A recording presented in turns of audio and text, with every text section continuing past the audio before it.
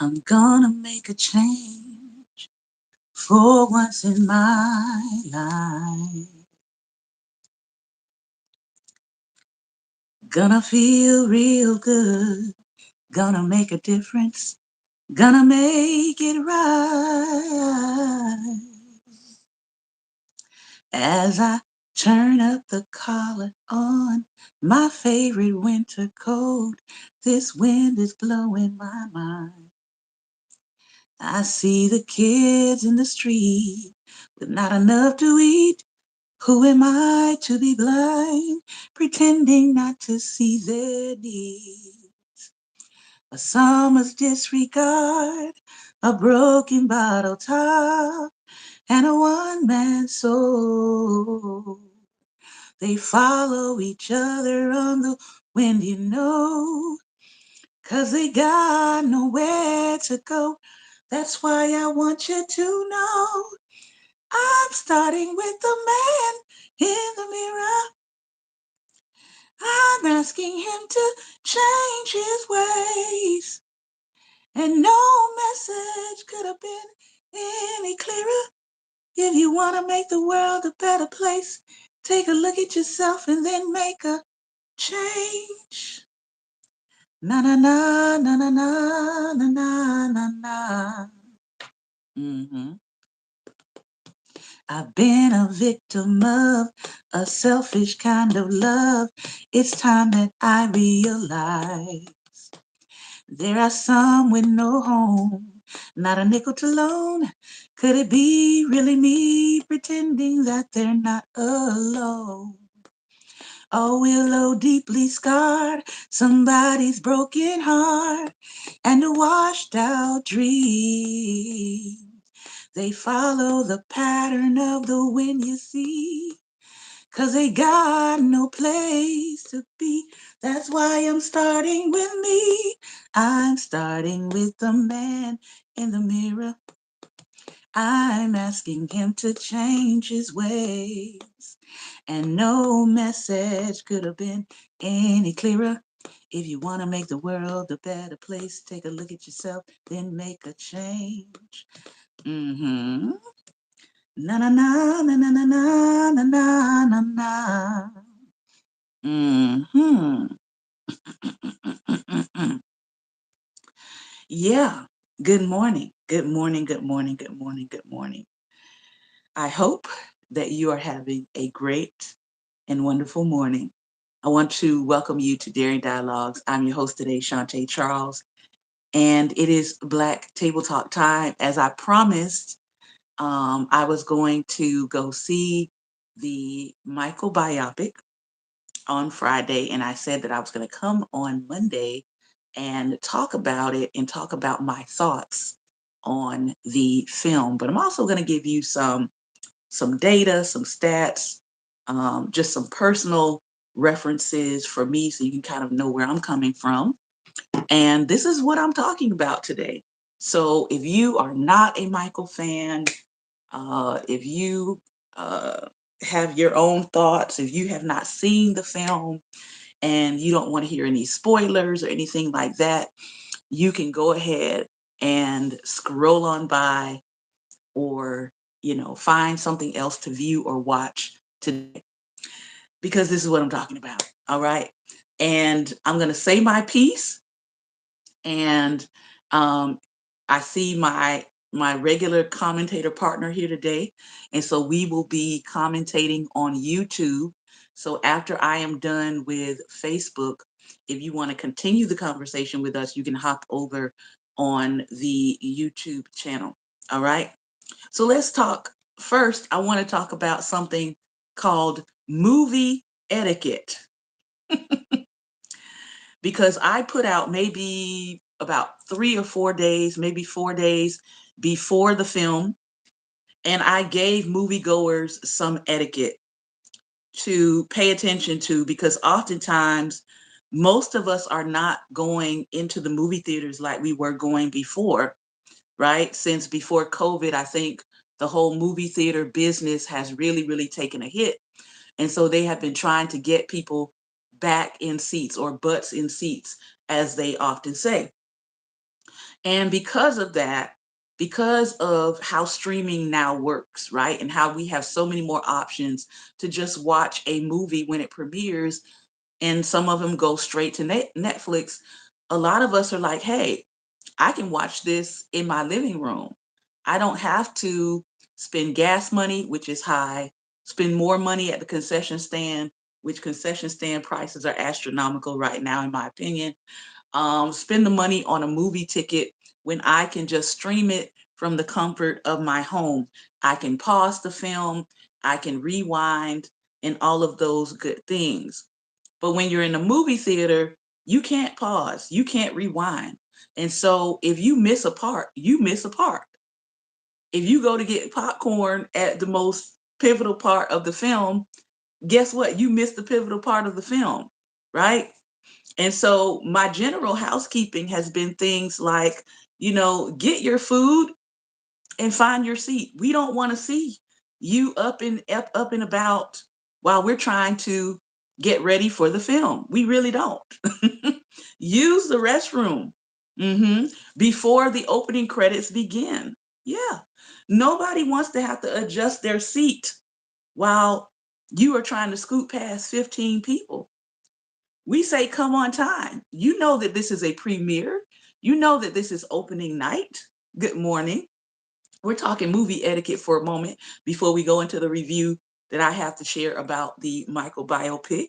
All right. Nobody wants to adjust their seat while you are scooting past 15 people. So come on time. Try to get there at least 15 minutes before the start of the film, especially if you know you ride in 5 deep, 10 deep, 15 deep, 20 deep, right? Everybody needs to get their seat. Everybody needs to get their popcorn. Everybody needs to be seated on an opening night of a film. Mute your phone and don't be talking so loud with your seat partners that your neighbors cannot hear the dialogue of the film. Because guess what? This film is going in real time and we can't pause it. We can't stop. We can't rewind the film. Now, these should be common social norms that people should know how to carry themselves when they go to a public movie theater, but clearly people do not. This is not your living room. I can do what I want to do in my living room. If I want to hop up in the middle of the film and start dancing and juking, I could do that. But it's not your living room when you're going to a movie premiere. It's not your living room. So try to be respectful of other people when you go. All right. And it's a biopic. So yes, there are gonna be people that come dressed as Michael. Okay, one glove, white glove, red leather, white socks, Jerry curls, you name it, you might see it. Okay, that's what people do with biopics. Sometimes people come dressed as the person. Okay, and so just think about those things. However, as the film is going, especially if it's a music biopic, don't you tear up those people's seats trying to reenact dance moves. You trying to reenact dance moves in the movie theater. Now, there were some videos, and I posted some of them on my page. There were some videos where people were doing Michael competitions and Michael dance offs, but it was before the movie started, people, and they had a great time. But when the movie started, they sat their tail down like everybody else and respected people's ability to watch the film. Okay. Now, don't tell Billie Jean she not your lover until y'all get home. Don't be starting no arguments in the middle of the Michael movie because everybody wants to see it. People have paid their money just like you to watch this film live and in public. All right. If you're going to sing, sing on key. I know I started this video off by singing and my voice cracked a couple of times because I'm still getting over some medical trauma from last week. Okay. But normally my voice don't crack, but it did today. Bear with me. Have grace. All right. Sing on key. Clap on the 2 and 4. And again, when the dialogue is going in the film, be quiet so people can hear the film. Now, that's all I had to say about movie etiquette. Now, let me tell you the funny part about this. The funny part about writing this was when I went to go see the film, The people next to me on both sides violated every single thing I wrote down. Every single thing. And so I'm in the movie theater and I'm literally in my seat. I'm not even laid back in my seat. I'm sitting up in my seat and I am in fight mode like this for the first half of this film. I'm in fight mode because I am so annoyed and I'm trying to figure out if I turn to my side and I proceed to tell these people how I really feel, what is going to happen? Should I do it or should I not? Because I was getting really, really, really annoyed. The person directly next to me was a dude. This guy smelled like a marijuana farm. Okay, I didn't come to the biopic to smell a marijuana farm, but he was farming next to me. Okay. Then he pulled out some cups and some alcohol, and he proceeded to pour alcohol into cups and hand it down to the people on that he came with. So for me, I'm more than likely going to go see it again. I probably might go earlier in the daytime where I can get a showing where it's not a whole lot of people in the theater so I can really, really sink my teeth into and enjoy the film. But yeah, the people who were sitting on either side of me, they violated every etiquette you could think of. They were crossing each other back and forth in front of us, blocking our view for parts of the movie. Talking loud. One person had their cell phone open. They were probably videotaping part of the film because yeah, right after we got out of the film, people were already posting online parts of the movie. Why y'all do that? Why we gotta be like that? I don't, yeah. So let's not do that. If you're planning on going, again, I'm getting ready to talk about this movie. I'm not promising that I'm not spoiling anything. As most people have said, if you have seen Jackson the American Dream, they said it's very close to that. I had not seen Jackson's The American Dream, so I had no idea what this film was going to show going into it. All right. Let's talk numbers really quickly. So apparently, um, box office wise, this film opened at 97 million in domestic sales over the weekend. It was estimated to open at about 50 million, maybe 70 million. And so it blew expectations out of the water with the 97 million domestic opening. Worldwide, including worldwide opening, is 217 million. So it has broken the box office record already for a biopic, um, the box office record for all time, beating out some other films. Um, so yeah, they're already in the profitability space now. They have made back what they needed to make back in order to break even, and now they are in the profit part of their sales or of making this film. Rotten Tomatoes gave it a 27% score. The audience, however, gave it a 97% score. And I'm going to agree with the audience on this film.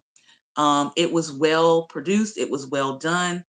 Again, if you are looking for an expose kind of film, this is not that film. This is definitely a Michael fan base film. This is definitely a tribute film. It is largely produced by the family. So you can tell by this film how much the family loves Michael. So if you don't love Michael, this is probably not going to be the film for you. You're probably not going to like it. They did run into some legal issues. And so I was reading up on what happened with that. Antoine Fuqua said that they had filmed this movie all the way through to 1995. And so they are planning a sequel. There will be a sequel. A sequel is in development, and they are planning on using some of the footage that they were not able to use for this part one into the sequel. They had to cut some things out because of some legal clauses with the scandal portion, which I do believe they're going to get into in part two, but they have to make sure that they don't violate any of the legal clauses in talking about what actually happened. And let me say this, I also think that a lot of people were more inclined to go see this film in light of some of the things that were discussed recently around the Epi files. If you have been paying attention to that, there was some news that came out about Jackson's role and Neverland, and the fact that um, Jackson might have been actually protecting children through the Neverland issue. He might have been protecting children from the Epi Island. And so I think with that news coming out, I think that kind of shifted some of people's perception for them to say, hey, let me actually take a look at this film.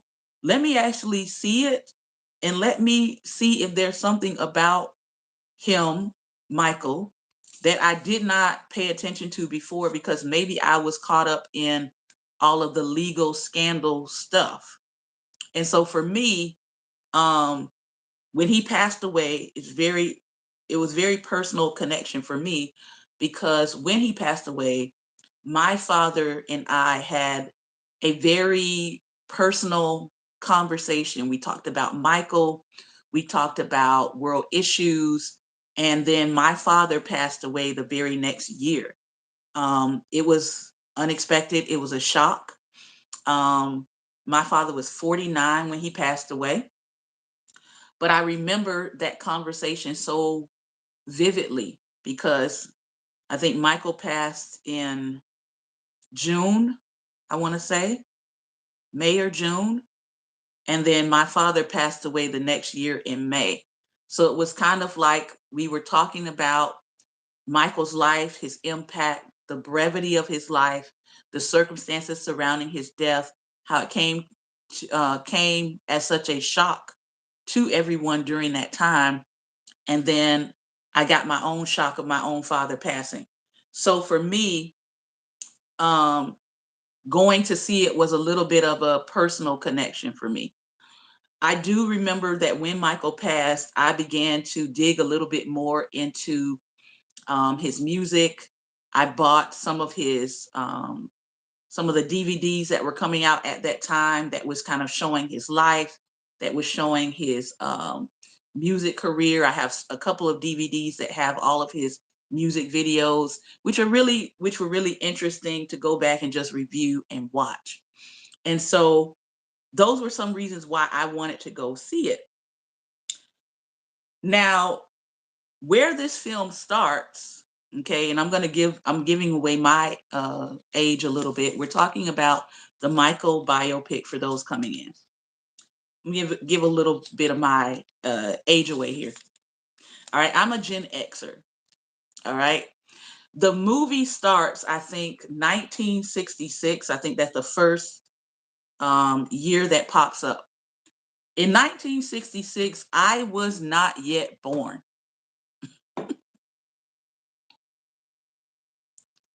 So when people say, oh, we know all this stuff about Michael, we know all this about his life, you might know all that stuff about Michael if you are a Michael fan and you studied his life. I didn't know all that stuff about.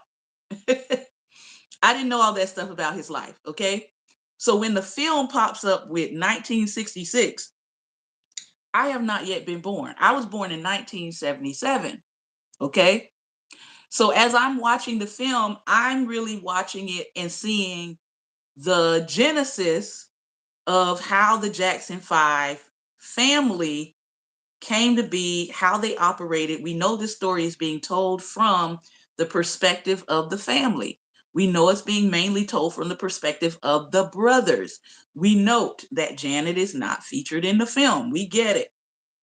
This is definitely a brother to brother kind of biopic. Okay. That's what it is. And in the film, you sort of see that by the time they hit 1977, which is the year I am born,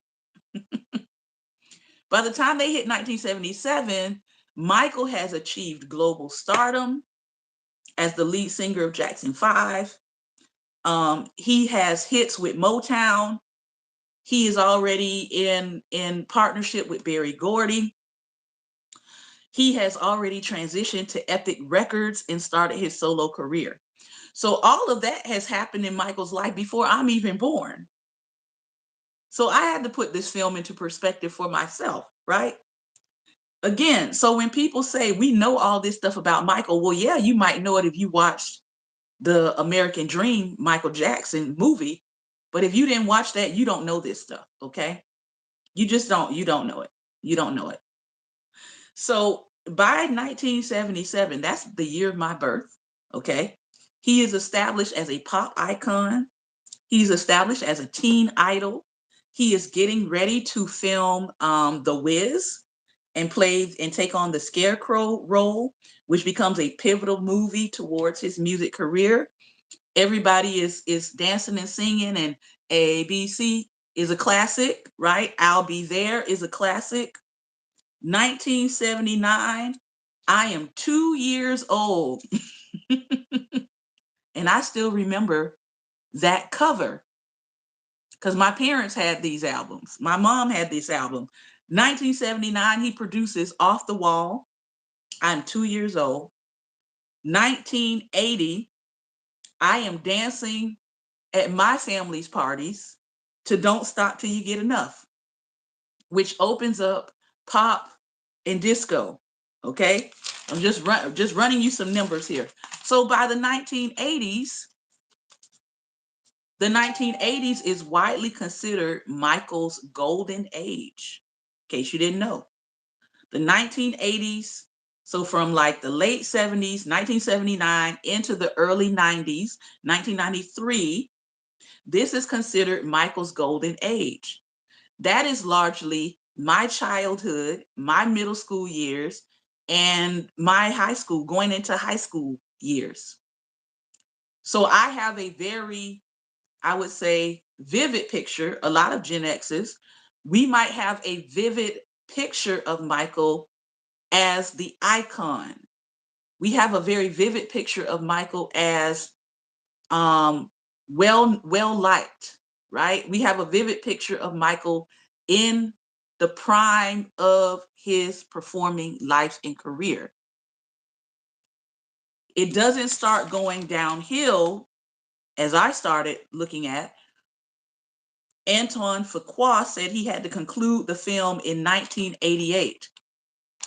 1988 is when he's starts doing Off the Wall, right in that time.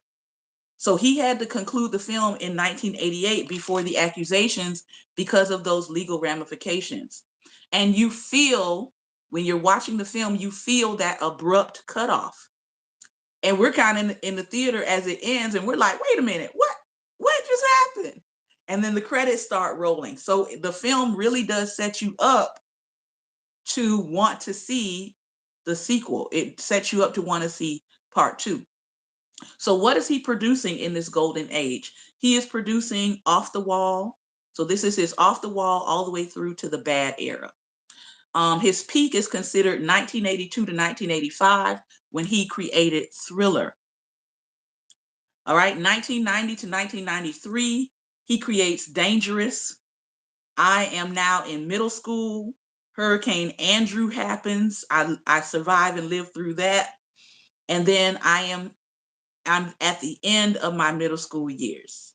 At this point in time, Michael is the most famous person on the planet. On the planet, he is considered the most famous person on the planet. He cannot go anywhere and not be recognized.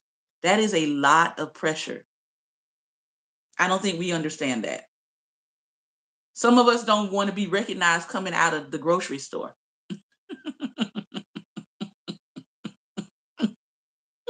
This man cannot go anywhere on the planet and not be recognized, okay?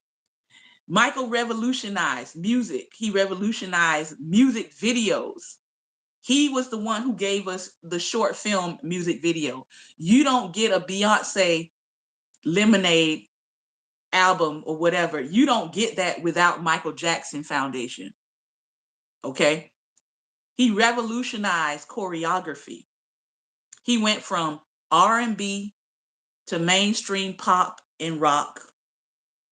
And the film shows what happened with MTV, which was a good segue about advocating for yourself, advocating for your identity, and not backing down from who you know you are and the power that you have in self-advocacy. So again, this biopic was for fans.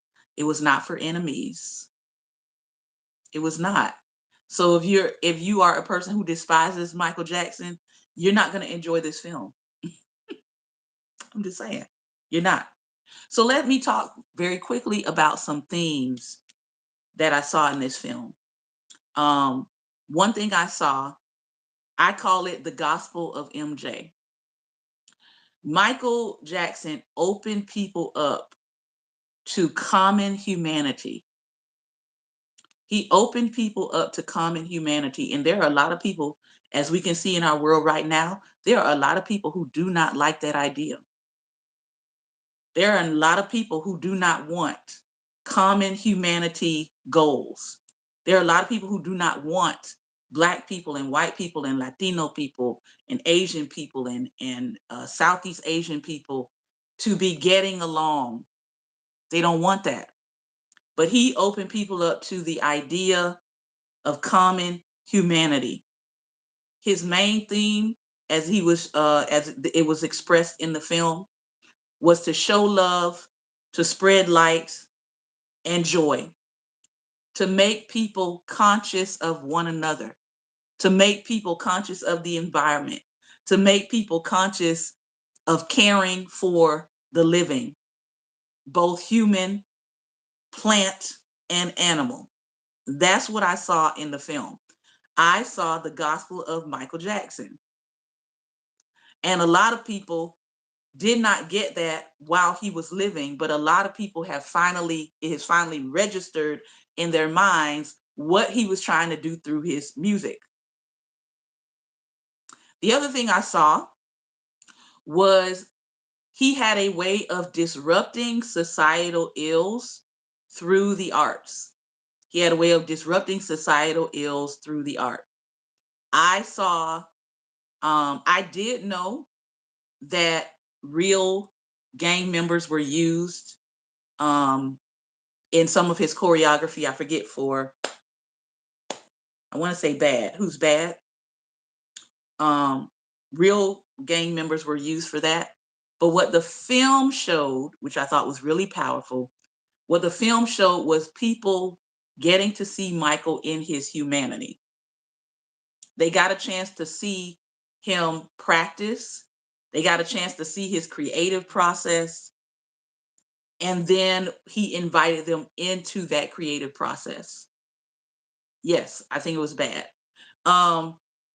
So I saw how he was trying to, in his own way, disrupt and interrupt the gang wars and the gang rivalry stuff that was happening, because that was a big deal.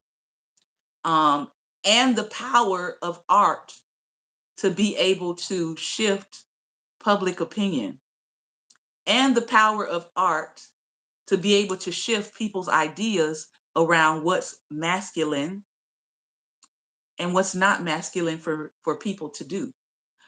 And seeing that was eye-opening for me in the film.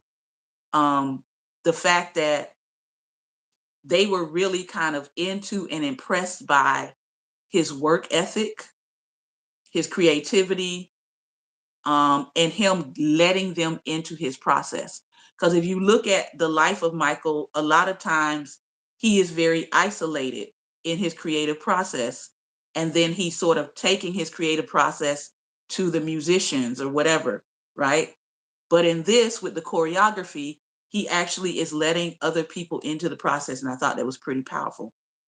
The other theme that runs throughout this film, Notice I'm trying to not necessarily tell you all of the parts word for word here, okay? The other thing that I saw was family honor versus personal horror. Family honor versus personal horror. And the lesson I got from that, this was about Joe Jackson wanting the victory tour to be done and the personal price that Michael wound up paying because he wanted to honor and he wanted to please his family. Even though he knew that it was going against what he felt personally in his heart he should have been doing. And I think that that is a takeaway lesson for a lot of people, to not let your honor turn into horror for your life. To learn how to set personal boundaries with your family, especially if you are gifted and talented. Especially if people are looking at you as the meal ticket of the family. To not allow yourself to become dehumanized as the meal ticket and the cash cow. Because his life really could have been over or ended permanently. There would have been no coming back from that. All because of people in the family insisting on having their way because they wanted to make some money. And I can't tell you how many people I run into who have forfeited things in their life that they should be doing because they just want to please somebody or they just want to make their family happy. And in making their family happy, they wind up destroying core parts of themselves. So that's what I saw there. The other part, children are not your property. I saw people leaving this film like, yeah, you know, Joe did what he had to do to make sure his kids made it. Surprise, surprise, Joe didn't have to beat Michael like that. He didn't have to do that, guys. He didn't have to beat Michael like that. And they didn't show the extent of the abuse. It was just, one scene where you see him beating Michael. But children are not your property. And all throughout this film, what you see is what happens when parents don't recognize that children are not their property. He could not get over the fact that Michael was not his property. And so there are some somewhat humorous parts in there when he has to come to grips and come to understanding that Michael is not his property. Which leads me to another lesson. Young adults have to know when to leave the nest. Yeah. And with Michael, there's one scene where the dad is like, you can't leave because you're different. You can't leave because you're different. We're protecting you. But he wasn't protecting him. He was exploiting him in many ways. So don't let somebody use your difference to cage you in to their perception of you, which keeps you locked in on being used for your life, for their benefit. His life was being used quite a bit for their benefit. And at some point, you can tell he had to say, when am I going to start living my life for me and not living my life to increase my family's pockets? Some of you have to come to that realization. Know when to leave the nest. Because here's what I saw with that Pepsi commercial thing happening, right? What I saw was, if you don't know how to say goodbye, they could be the ones saying goodbye to you at your funeral. If you don't learn how to say goodbye, if you don't learn how to leave the nest, if you don't learn how to form boundaries with people who have gotten too comfortable with your place in their life, right?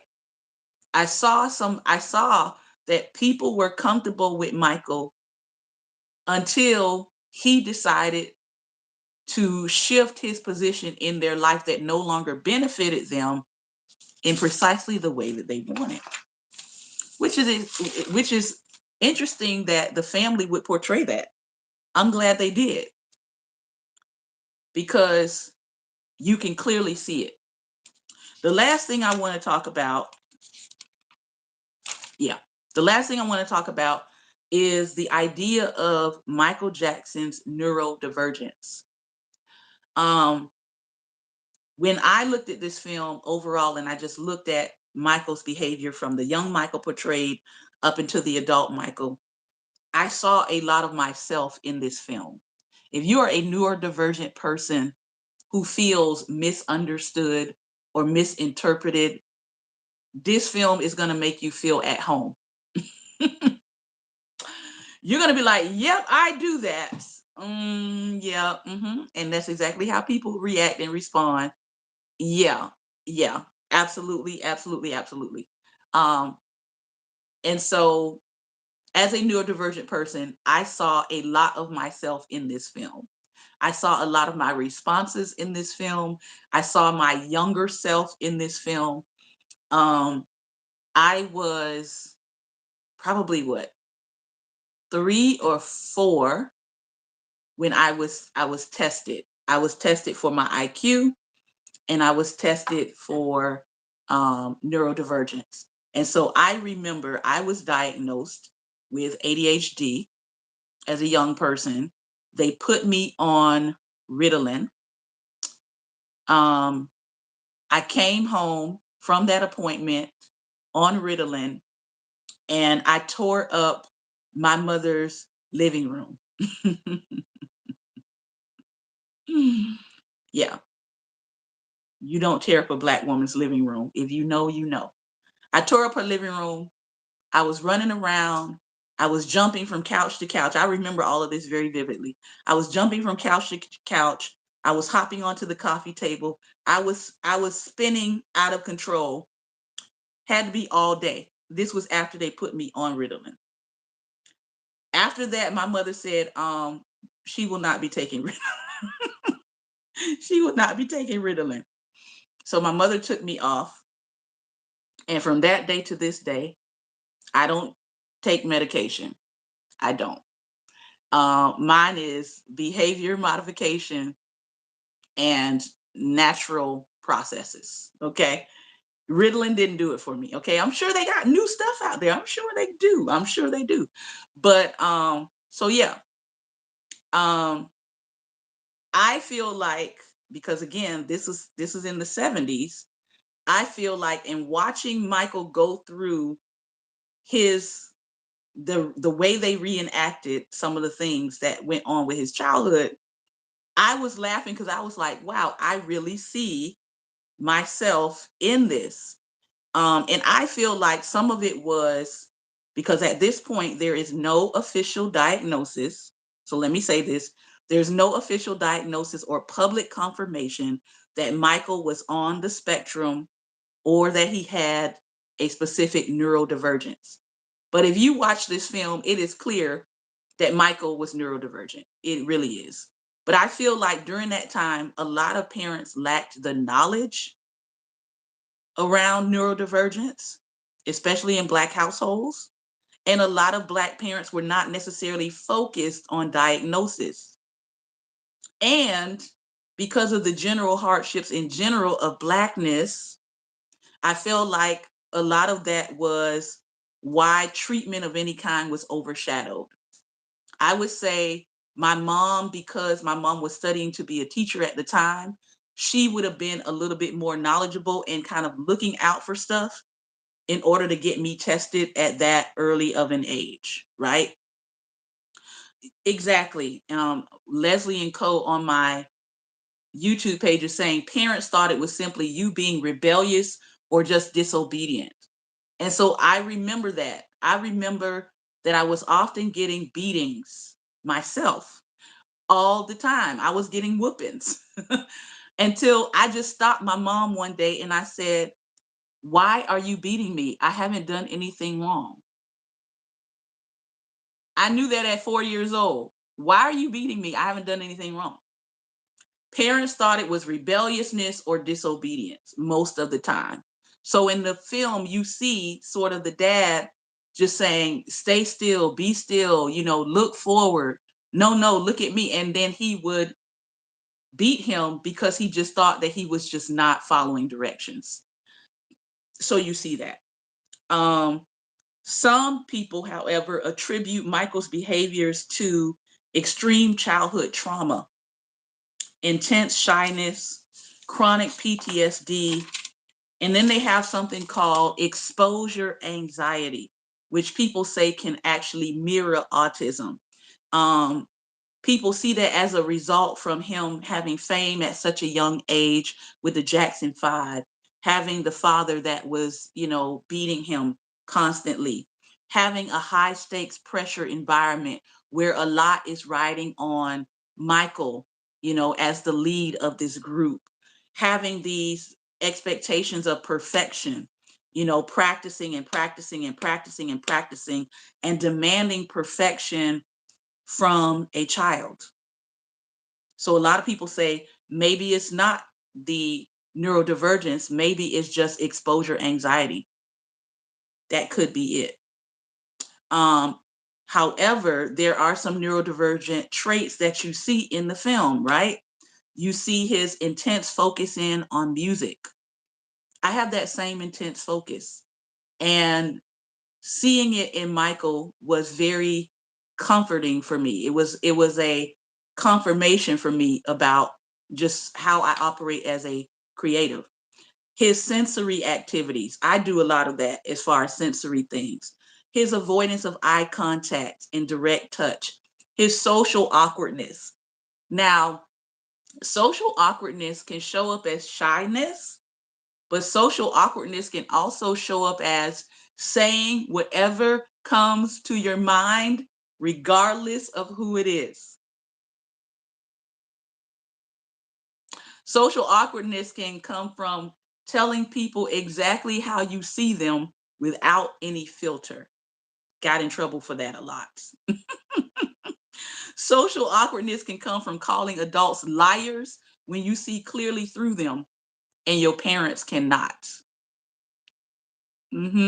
Social awkwardness can be exposing things or sharing things, right? That maybe your family members didn't want you to talk about in the public. All of that can get translated to you're being rebellious, you're being disobedient, you talk too much, you need to be quiet. We start translating those things into behaviors, and then we start pathologizing children, and then we start beating children for neurodivergent traits. And I'm going to need the Black community to reckon with that. Some people need to apologize to their children for that. And recognize that it's some neurodivergence happening there. Couple other cool things about Michael. Michael, and again, this is where I saw myself in him. Michael could not read or write traditional music notation. He could not read music. And I found out maybe about 2 years ago that I have something called musical dyslexia. I have taken music lessons. I have spent quite a bit of money trying to learn how to play. I play by ear. I hear music by ear. My vocal coaches tell me I have perfect pitch. I can hear musical instrumentation in my ear, in my head. Um, I can hear a whole song played out. I can tell you what instruments are playing. Um, I can tell you what sounds I want to hear in music when I compose. I have two full albums completed, about to finish up. Well, it's finished, but I haven't distributed yet. A third album.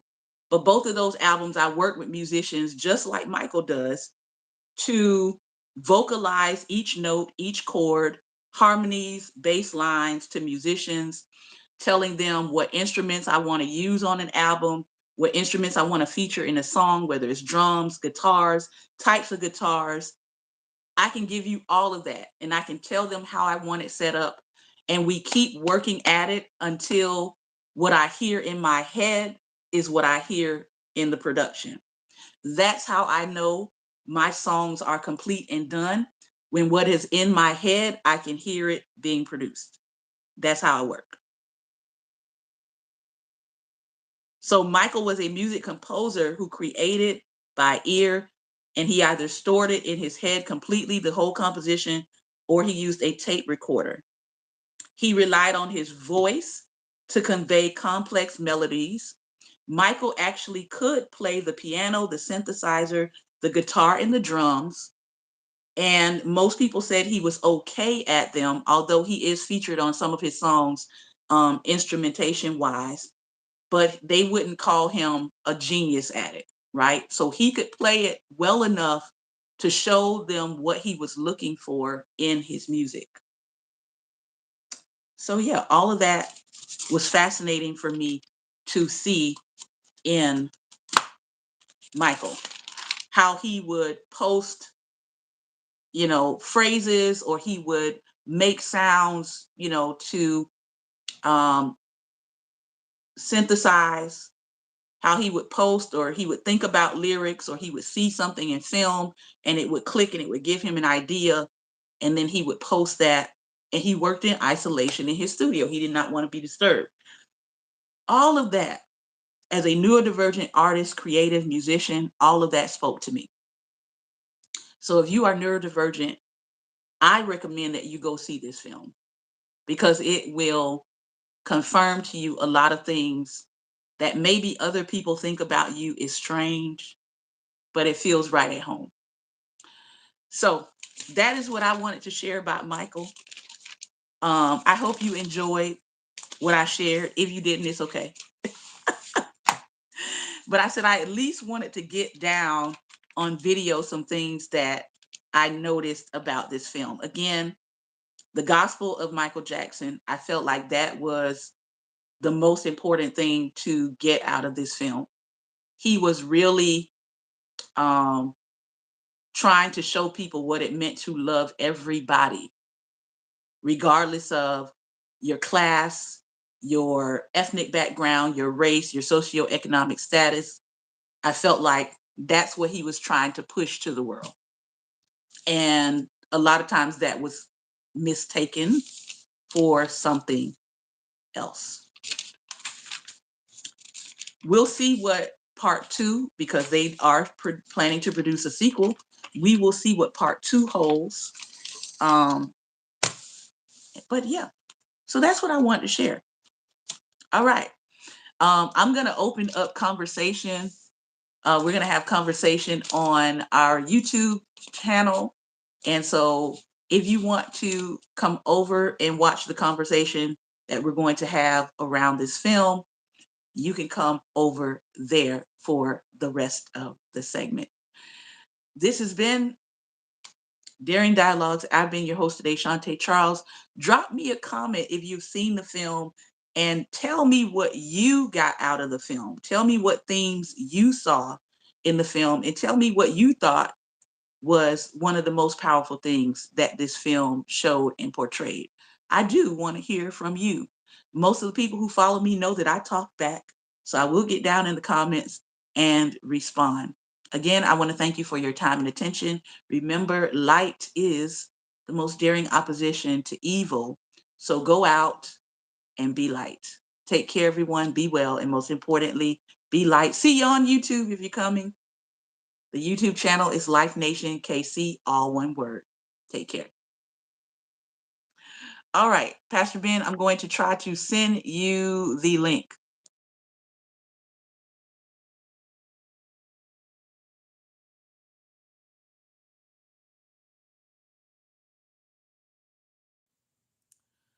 All right, so drop your comments. I want to read some comments. Let me know what you think about my uh, insights and review. Tell me if you've seen the movie, what you thought about it. Tell me some of your thoughts on Michael, the young Michael Jackson.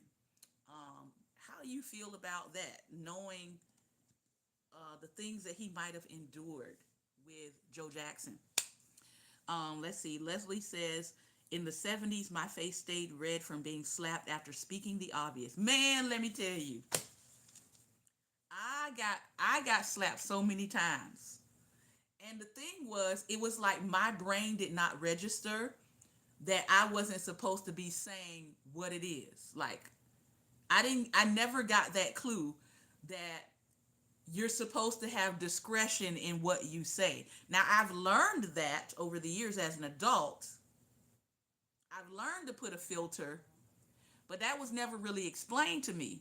It was a slap, like you said.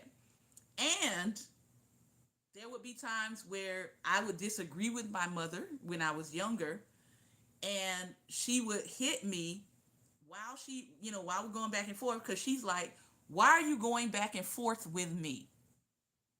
You're a child. You're not supposed to be going back and forth with me. That was my mother's thought. But I would keep talking, and she would hit me, and I would keep talking, and she would hit me again, and I would keep talking.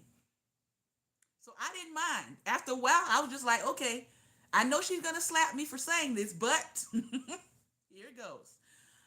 And so I have always been that person in a friend group to say what I see and to say what it is.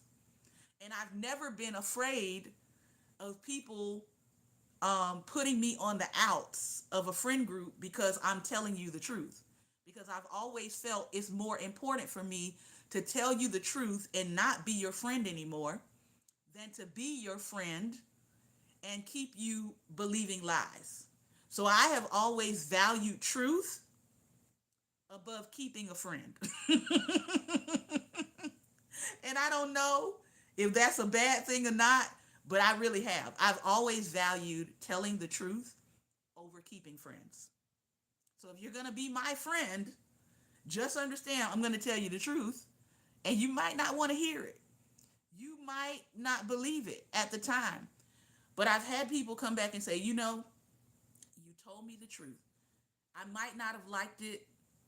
I might have broken off our friendship. But one thing I can never say about you is you let me go on in deception, or you let me do things in my life and you didn't try to at least stop me or warn me. That, for me, is enough. That's my testimony. You can never say, I was Shantae's friend and she let me just go off the deep end. I was Shantae's friend and she just let me, run off a cliff. I was Shantae's friend and she didn't tell me what was what with the people that I was engaging with. So if you're not my friend, you can never say that I just let you go and be destroyed. Mm-hmm. My grandmother taught me that you don't have to tell all you know. Right, right. And so I got to a point where spiritually in my spiritual life, I got to the point where I said, okay, creator, is this something that I need to share with them, or is this something that I need to pray about, that their eyes would be open to see what I see? So I've gotten a lot wiser.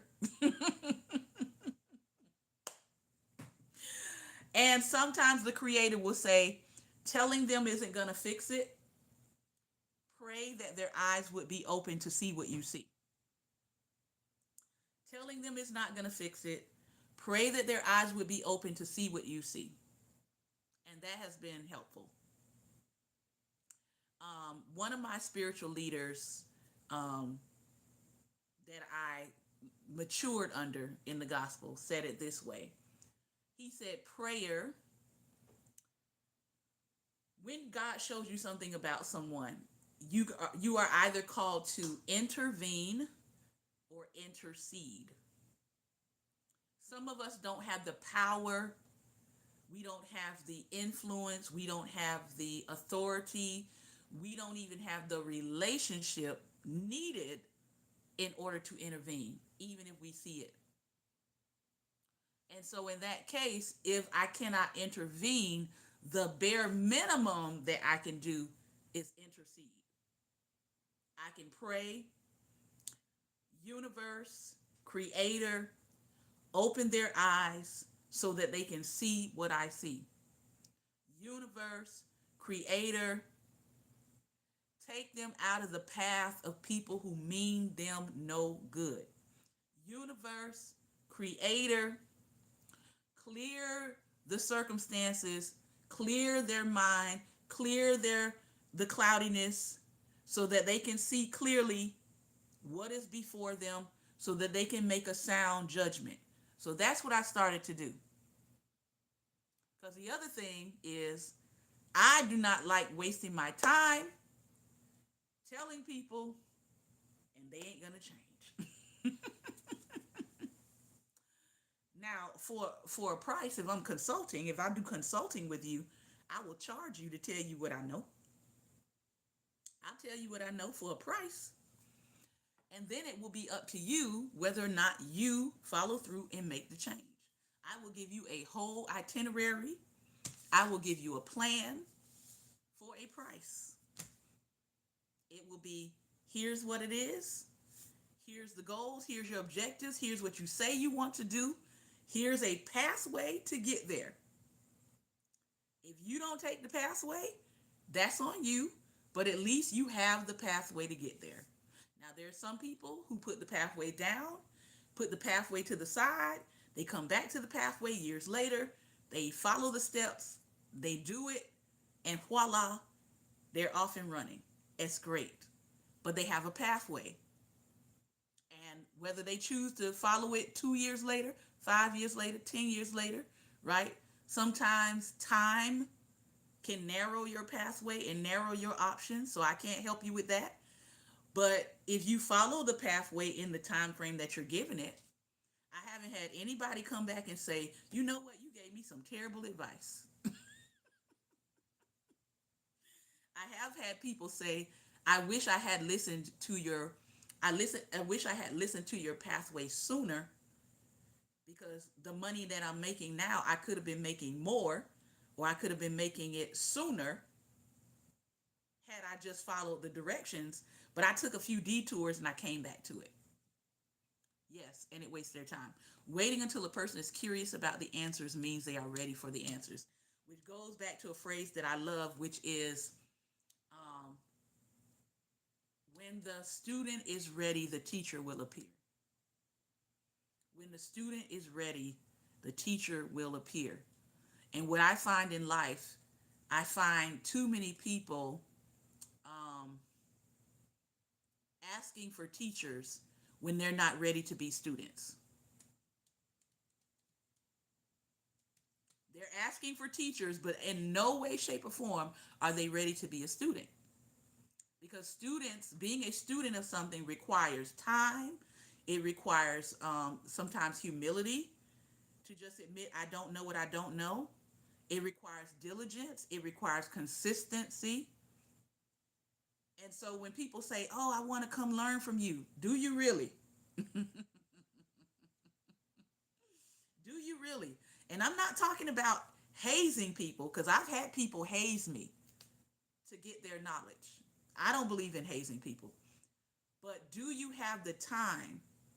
Do you have the maturity to want to be schooled by someone? Because people swear they do until they get into what it is, and then they're like, no, I don't want to do this. I don't know is an internal prompt for learning. Yes. What do you know? What do you want to know? And after the message or after the lesson, what do you know now? Like right now, I want to ask people, what do you know now about Michael that you didn't know before? What do you know now about Michael if you've watched the biopic, that you didn't know before. I didn't know how neurodivergent Michael was until I watched the biopic. And so it gave me insight into him. It gave me insight into myself. It gave me insight into how his brothers perceived what was happening to him. Jafar Jackson said that he got an opportunity to read some of Michael's personal notes and read some of his journals, things that we will never see. And I do want to say that about Jafar Jackson. People kept saying that he's wanted to be an actor for a long time, and that he's been trying to break into the acting business for a while. But that's not what Jafar said. That's not even what the director said. That's not even what Antoine Fuqua said. They said that the producer found him.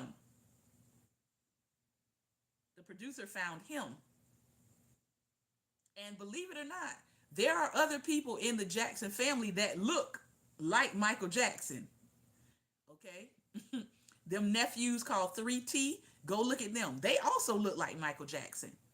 Some of them don't didn't need a prosthetic nose in the film to capture the look of Michael Jackson. But he didn't think that he was going to play this role. And then, as I was watching his interview, he said he went through a period of 2 years to prepare for the audition. I don't think people caught that. He said he had to prepare himself for 2 years, starting to get into the character of his uncle to prepare for the audition. And then they did a makeup test and all that, the full makeup test run, to see if he could get into character. And they said when they saw that, they started crying, and they knew he was the one. So yeah, he had to prepare. And I want to say shout out to Jafar Jackson, because I felt like he embodied Michael. I felt like he disappeared into the role of Michael. Um, and I felt like it was a true representation of what we call um, ancestral veneration was. I felt like that was some true ancestral honor of how he portrayed Michael. That I feel. Pastor Ben, I don't see you in the comments, so I'm not sure if you're still here with us, but I did send you the connecting link. I heard the best and truest joke about neurodivergence in a quiz. Do you think outside the box or inside the box? The neurodivergent answers, where is this box you speak of? That's a good one. Oh my gosh, that is so true. That is so true. That is so true. One thing about neurodivergent people though, and I will say this just in general, okay, if it doesn't apply to you, let it fly. But most of us are pretty good at a lot of things. And so depending on where you meet us, you might know us by one or two things, but never really fully encompass everything we are, right? Some people who know me, they know me for 14 years of teaching dance and dance choreography. They know me as a dance teacher and dance choreographer.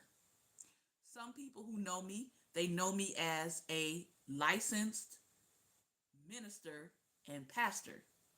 That's the capacity they know me in. Some people know me as an educator and trainer of teachers. Some people know me as a relationship coach. Some people know me as a art consultant. Some people know me as a visual artist. Some people know me as a singer songwriter through my albums. That's how they know me. That's how they came to know me. So I have multiple aspects of myself. And unless you are like really, really close to me or have known me for maybe a decade, you might not have seen all of those aspects. Okay. And so with neurodivergent people, because we are pulling from a lot of different boxes and places, sometimes people get off put by that, which is why I just tell people I'm a creative. I don't start naming everything I do. Some people know me as their publisher. I'm also an author, an editor, and a publisher. I help people form their own publishing companies. So when you start as a neurodivergent telling people all the things that you do, some people get off put by that. And so I just say, I'm a creative. That's the simplest way I can say it. Exactly. It is hard for me to answer the question, what do you do? I just focus on who I am. I'm a creative. And I leave it at that. Pastor Ben, are you there? I saw him come on for a moment. Yeah. Because I had one friend that said to me, she said, it seems like when God was creating people, that he gave you and your husband all the gifts. And she was like, is there anything you can't do? And I said, yeah, there's a lot of stuff I can't do. I just focus in on what I'm good at. And I'm curious, and I try to stay curious, and I try new things. That's how I live my life. I live my life in a space of curiosity and being willing to try new things. That's it. How do you know how to do all this stuff? I'm curious and I like to try new things. That's it. I tell you one thing I am not good at: directions. If I live there, I have a photographic memory, so I know how to get to certain places and I know how to get home and stuff like that. But if you're talking about traveling, I need GPS. I need some atlases and some road maps, okay? Directions is not my thing. It's not, okay? So if you ever want to know what is Shantae not good at, she is not good at directions, okay? I ain't good at it. GPS, and in my local community, photographic memory. Don't ask me to tell you road numbers. Don't ask me to give you road names. None of that. I'm going to say go about 3 miles, find the stop sign with a scar on it, make a left, go up about 5 blocks, find the greenhouse on the corner. Listen, I grew up in the country, okay? That's how we give directions in the country, people. Hmm. Okay, you see that watermelon patch? When you get to the watermelon patch now, make a right and then make an immediate right. Okay? So, if you want to know what I'm not good at, it's directions. Good morning. Good morning. I know we are way past the time, but I'm just over here having fun. All right. Yeah, I see. we got we have about 15 minutes here before I have to go to a client. So tell me what. Okay, well, First of all, did you get a chance to see the film? no, I didn't. Okay, but I now didn't. tell me what you think about Michael, because I know you got lots to say. Yeah, but I knew about his inability to read music because I've seen films and stuff where they did show um, that he was lacking in that area. Mm-hmm. So what he would do, matter of fact, there was a musician. I can't, as a female, I can't think of her name right now, but she's well known. There was the beginning of a song. Mm-hmm. They brought her in. He made the sounds that he wanted to make. Mm-hmm. She said, I got it. She went and got some bottles and glasses, put water in them. Wow. And it was the beginning of one of the songs. Let me think. Let me think. Think of the name of the song.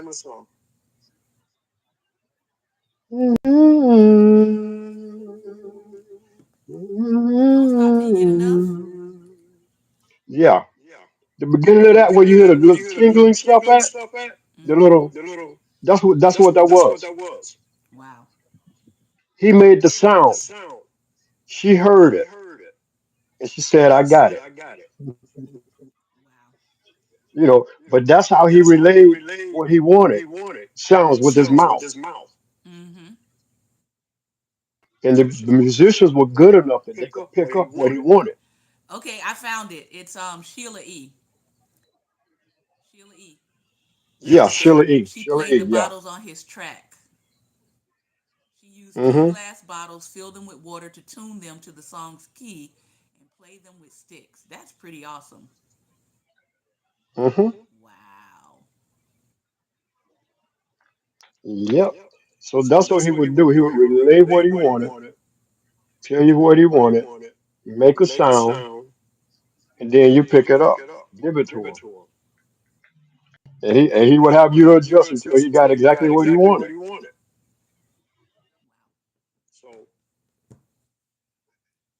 And that's his. Uh-huh.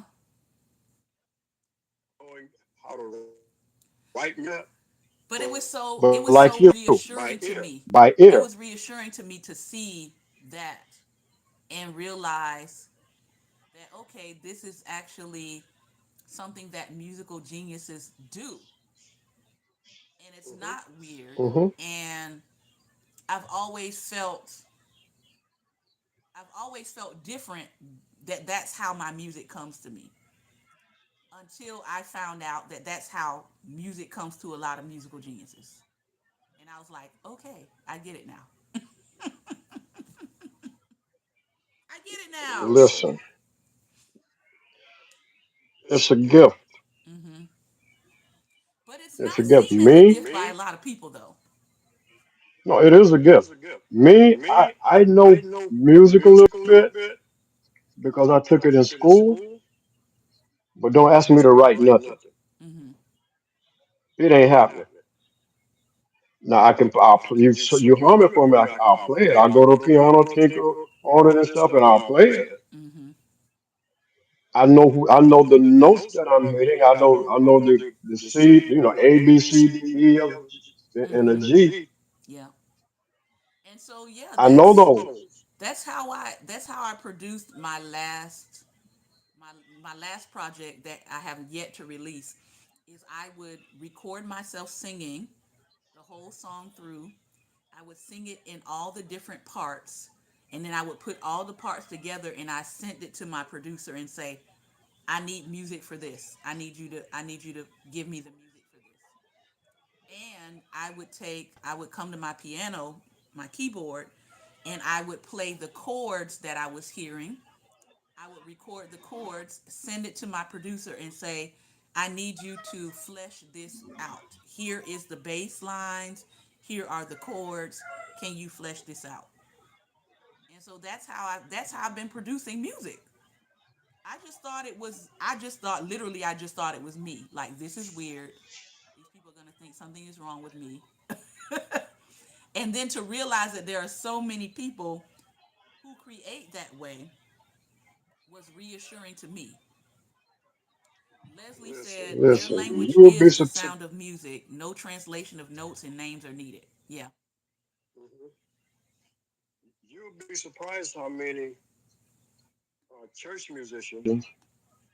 Don't know music. They play by ear. Mm-hmm. They listen to the song. They'll play it. Mm-hmm. Now there are some that do know music, Mm-hmm. and they communicate. Call out the note. Everybody hit it. Mm-hmm. So there are those that do know, but there are those, man, they just play strictly by ear. They'll hear you sing it, and they can put something right to it. They can pick it up, put something Mm-hmm. right to it. So again, that's the gift. It's And a that's the gift. thing too. Like when I sing traditional songs, right?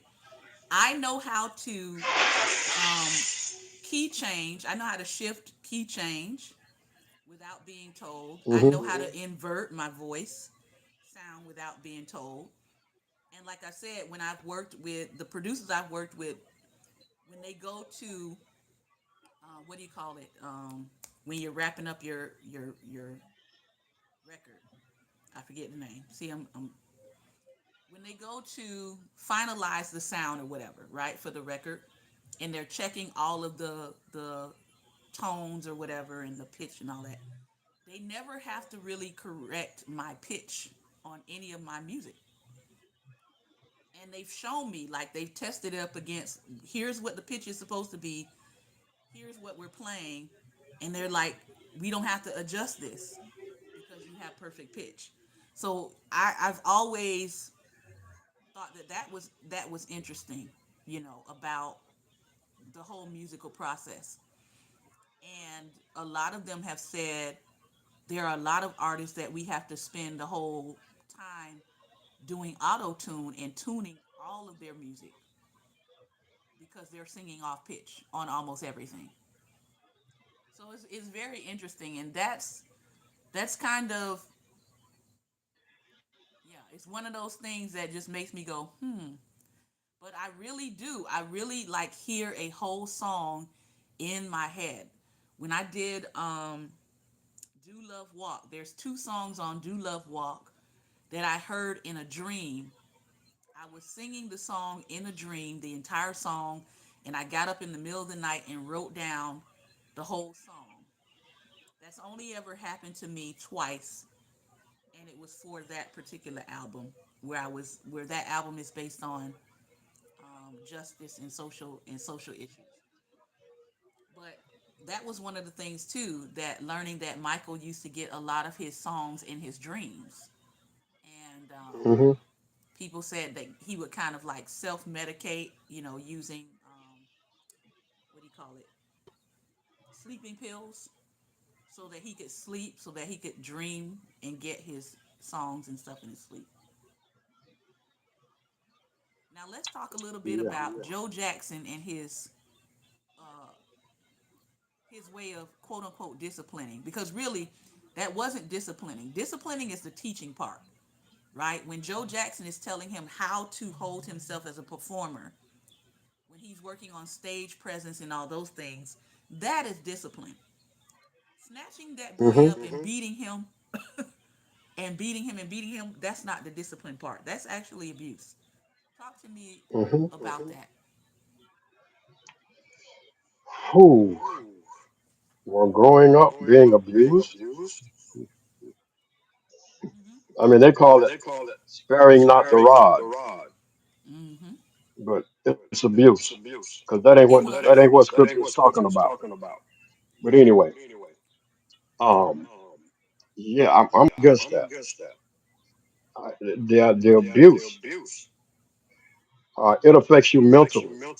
I know it affected Michael mentally. Think about it. You got this 6-year-old kid becoming a professional, and he's growing up in it. Mm-hmm. He never had a private life. He never had the chance to really just be a kid. Mm-hmm. And then you're getting abused on top of that.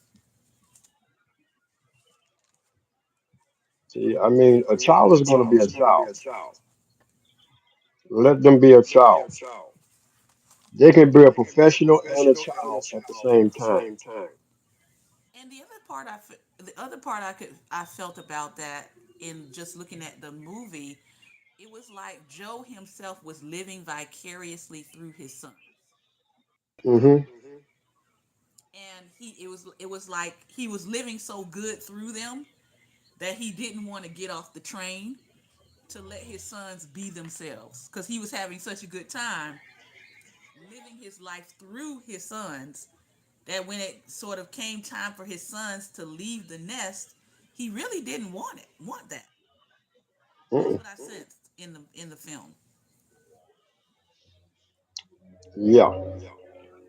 Leslie says it's the Right. kind of correction driven by the fear of the parent. Yeah, and in his case, it felt like it wasn't even like Joe was protecting Michael. It was more so like fear of the money drying up, fear of who am I without my sons? Who am I when I'm no longer the manager? What is my place in the world outside of managing my sons? And those are things that he needed to reconcile for himself. Hmm. Michael and his siblings should have been their dad's teacher and social, yeah, it's the social elevation part, because he was like, there's one part in the film where Michael fires him by fax. He has his attorney do it, but Michael is still living at home. No, I'm sorry, that was funny to me. That was funny.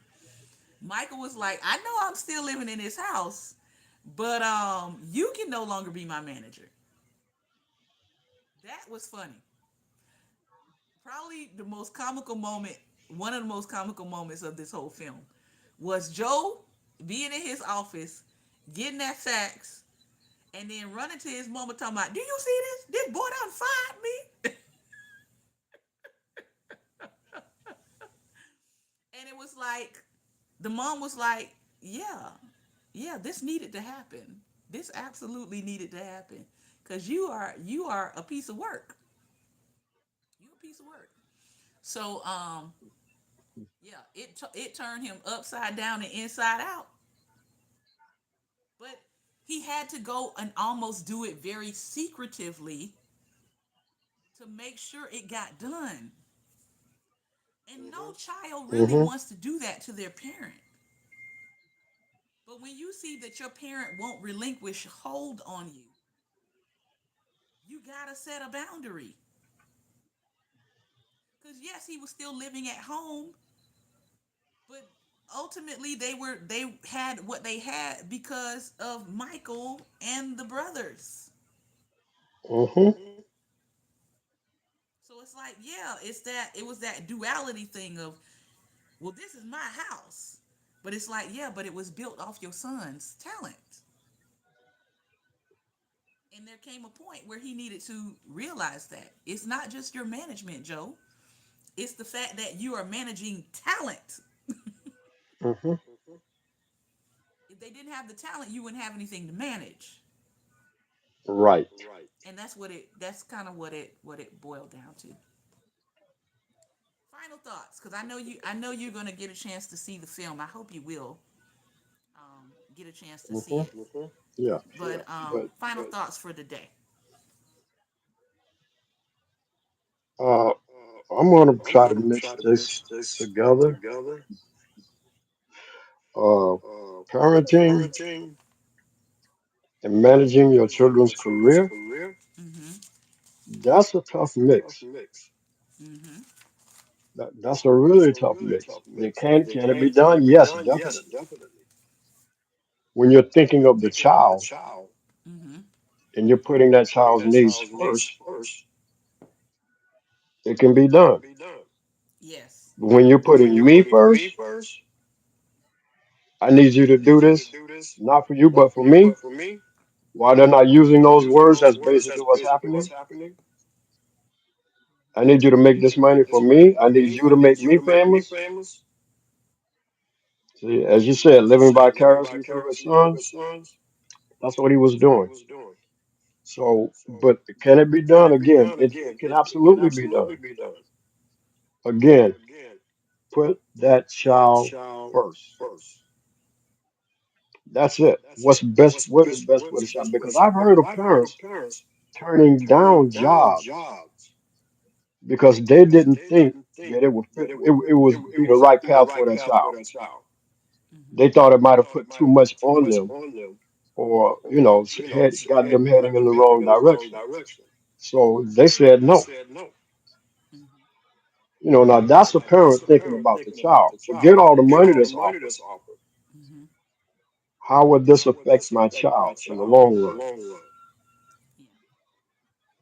And now we're seeing so many documentaries and stuff come out now about these child actors, particularly, Mhm. and how they were taken advantage of or how they were abused by systems. And so, on one end, you do see Joe Jackson saying, I want to protect you from predatory people, while at the same time, he was acting sort of predatory towards his He was the children predator. himself. And so that's the part. It's like Michael, you can tell Michael is like, okay, you're saying you want to save me from predatory people, but at the same time, you are my father acting in a predatory way. And when you get to the space of the whole Pepsi thing and him insisting on Michael doing this tour with his brothers, it was Michael really going against his own self to say, "Let me do this for the family." That almost got him killed. And in the film, they sort of show Joe's reaction to learning that Michael almost died. The first things out of his mouth was, "But can he still perform?"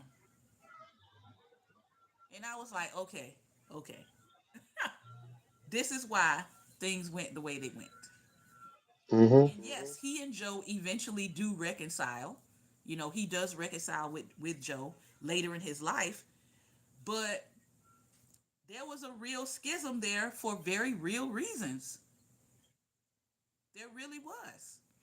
Um, and then the other part was they show in the film that once they did the what do you call it? The sort of the national victory tour, that he started getting greedier and greedier and greedier and greedier.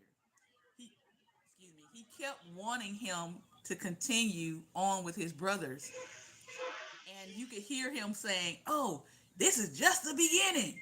We going here, we going there, we going here, we going there, we going here." And Michael had already decided in his mind, I am doing this one tour, and then I'm moving on with my solo career.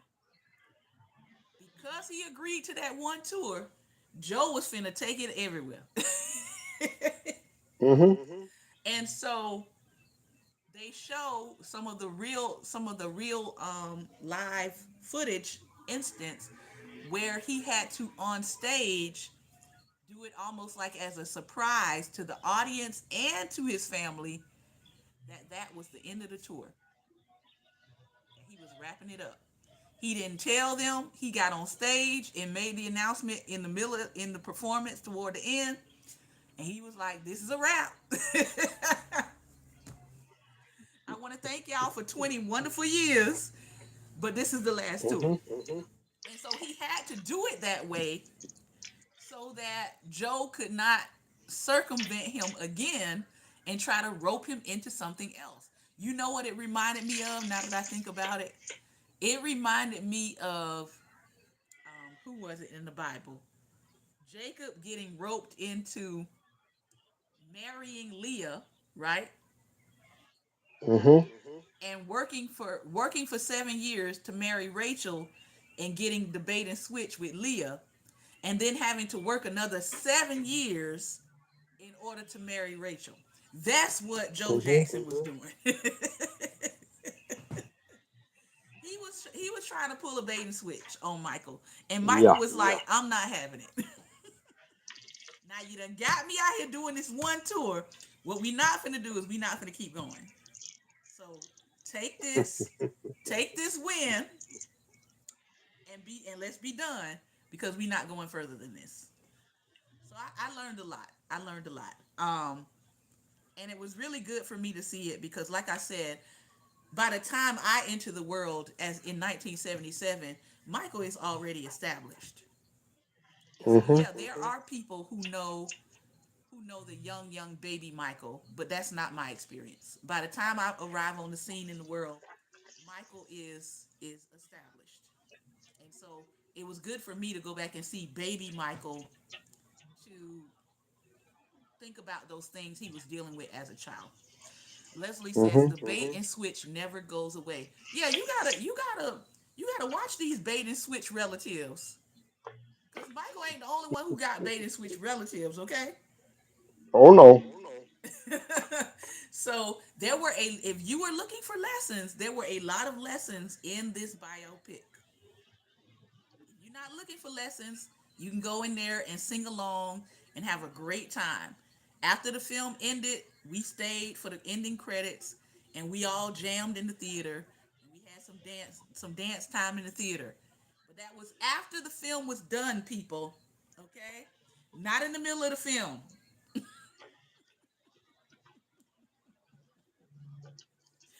So I encourage you, go see it.